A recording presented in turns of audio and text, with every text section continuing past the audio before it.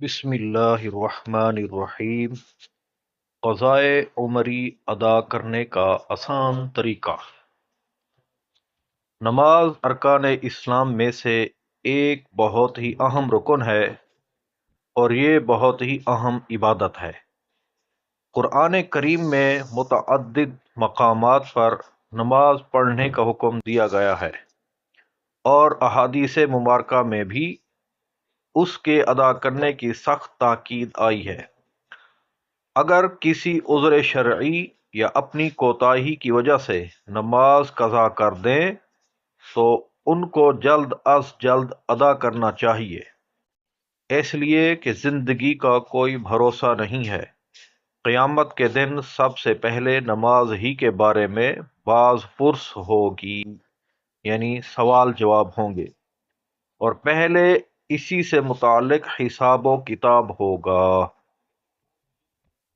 قضا ہر روز کی صرف 20 رکعتوں کی ہے، 2 فرض فجر، 4 فرض ظہر، 4 فرض عصر، 3 فرض مغرب، 4 فرض عشاء کے اور 3 وتر۔ ان کی نیت اس طرح کریں کہ نیت کی میں نے پہلی فجر کی جو مجھ سے قضا ہوئی، اس طرح ظہر میں پہلی ظہر جو میرے ذمہ باقی ہے، اس طرح ہر نماز میں نیت کریں۔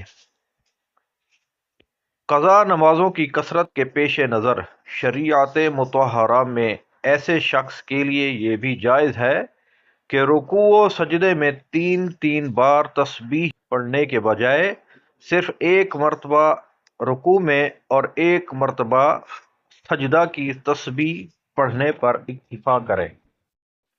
دوسری تخفیف زیادہ قضا والوں کے لیے یہ بھی ہے کہ فرضوں کی تیسری اور چوتھی رکعت میں سورہ فاتحہ پڑھنے کے بجائے 3 بار سبحان اللہ پڑھ کر رکوع کرے۔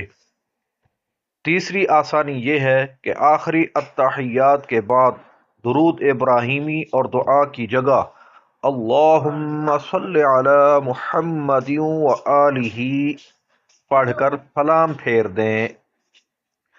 چوتھی صورت آسانی یہ ہے کہ وتر کی تیسری رکعت میں دعائے قنوت کی جگہ ایک مرتبہ اللہ اکبر کہہ کر 3 بار رب اغفر لی کہے۔